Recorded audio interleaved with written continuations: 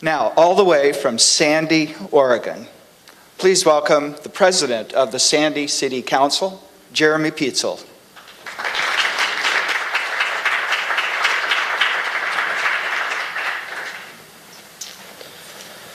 All right.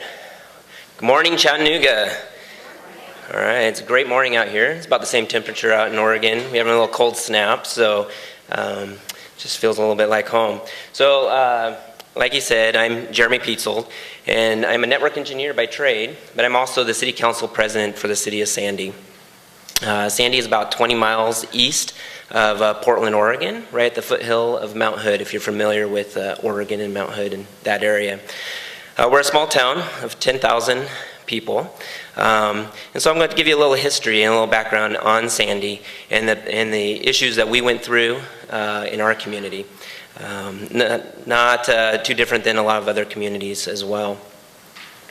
So I want to first state Sandy is very blessed that we live, our town is in Oregon, a state that doesn't prohibit municipal ISPs.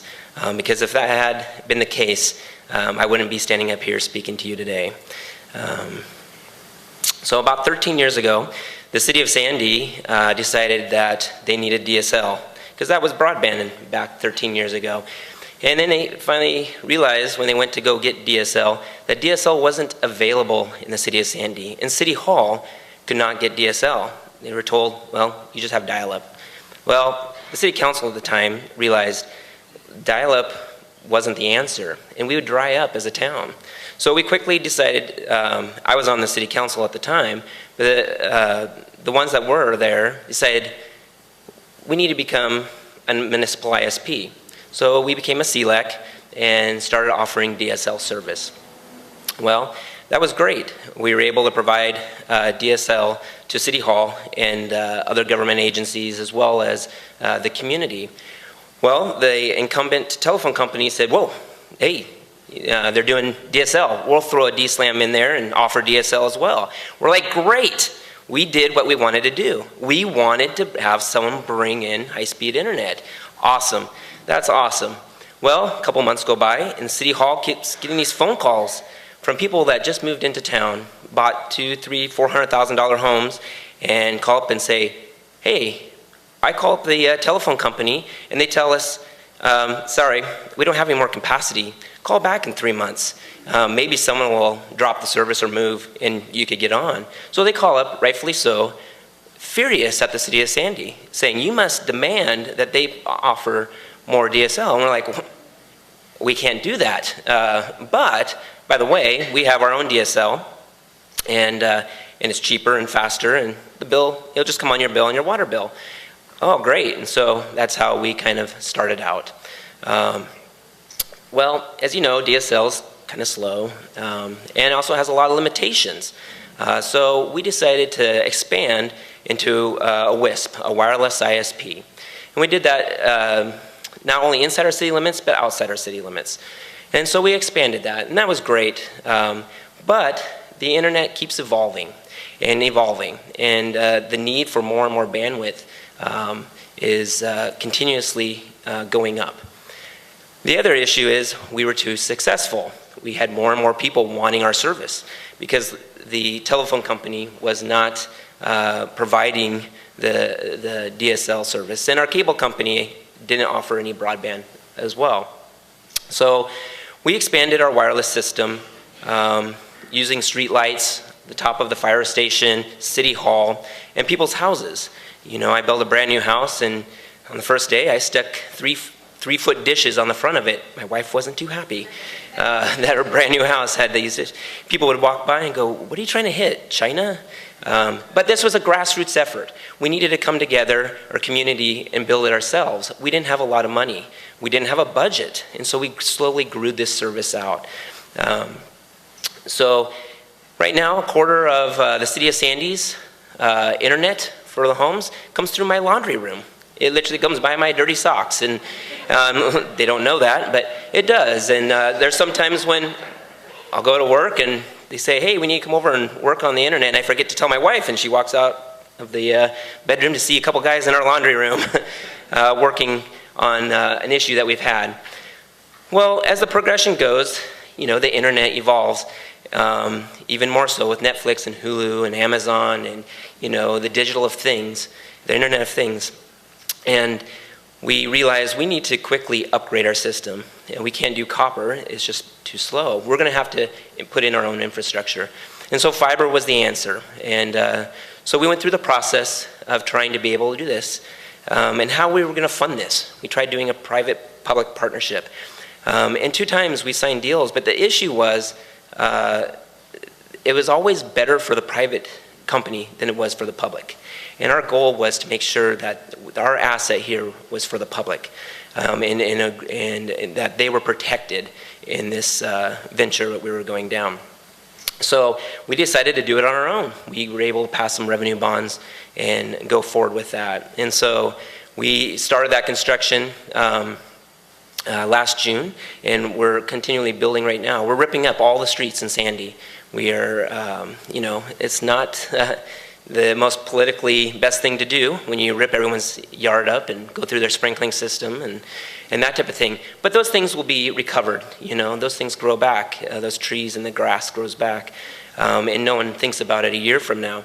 But we're going through putting in the conduit and putting in the fiber. We're going to pass 100% of our homes and businesses in Sandy. We already passed the businesses in Sandy several years earlier, but we'll be able to afford to expand that out to our businesses.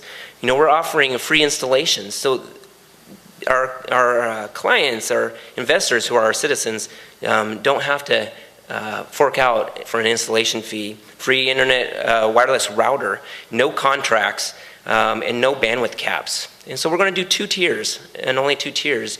Our first tier is 100 megs for $39.95 a month, and our second is gig fiber for $59.95 a month. And and there was a huge discussion on should we just not even do the 100 megs and just do gig for $39.95 a month? Because we know it's not going to cost us any more to do that gig.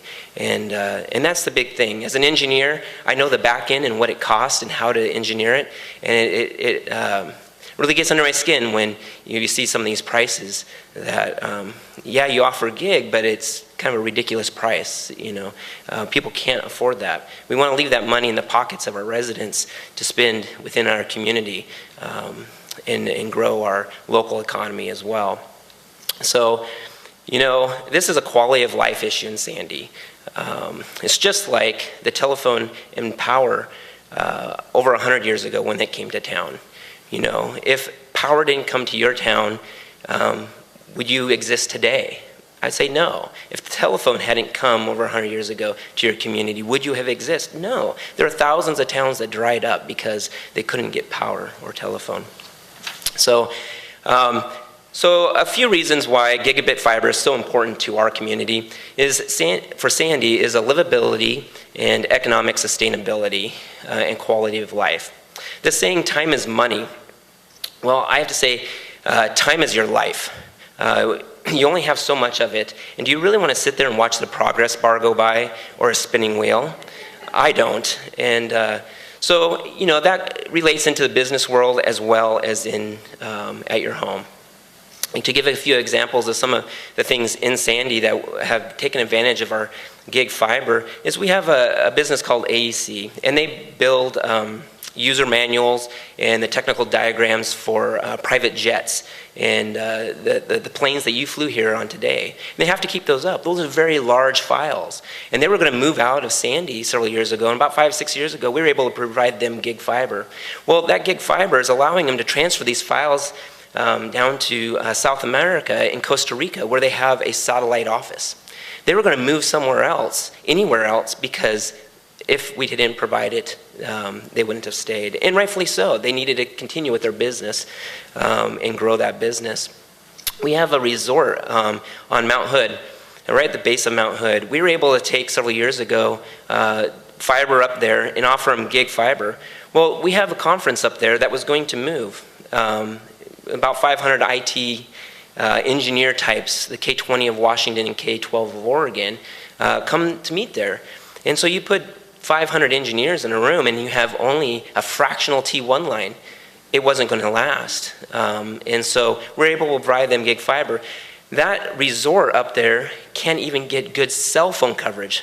So you get up there and you can't communicate, but you get online and communicate. And I have to say, we stayed here at an amazing hotel. The first thing I did when I got here was get online and see how fast it was. And then I Facebooked it to all my friends back home, like 40 megs up and down on my wireless. Last night, I was able to get on at the hotel here, which I can't do at a lot of hotels, and I was able to FaceTime back in to our city council meeting, where we were having some great topics that I did not want to miss. And so 3 hours difference, started at 10 o'clock last night, and we had this great conversation. I was just a speaking head on a monitor where I normally sit. And that's just the ability, because we're here in Chattanooga, who has gig, and we go back to Sandy, who has gig. It's about that latency. It's not just about the speed, it's also about the latency that fiber overcomes.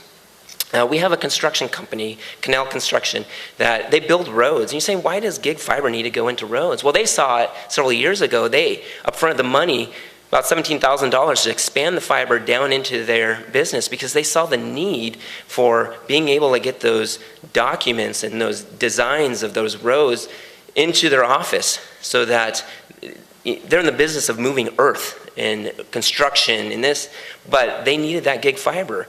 Otherwise, they're going to have to move their headquarters somewhere else because they could not do this on DSL. Our city would not have been the same town it is today if Oregon laws had prevented us from becoming a municipal ISP and providing broadband. We'd not have been the 5th fastest growing city in the state of Oregon at the last census. We just wouldn't have been. And I would not have stayed in the city of Sandy if I had gotten only dial-up or DSL. And now that we have gig fiber for $59.95 a month, I am not leaving Sandy. So as I was touring around Chattanooga yesterday with Patrick Lucy, and he made a great observation, and I told him I was going to use this comment, and I'll end on this, so gig fiber is not the end, it is just the beginning.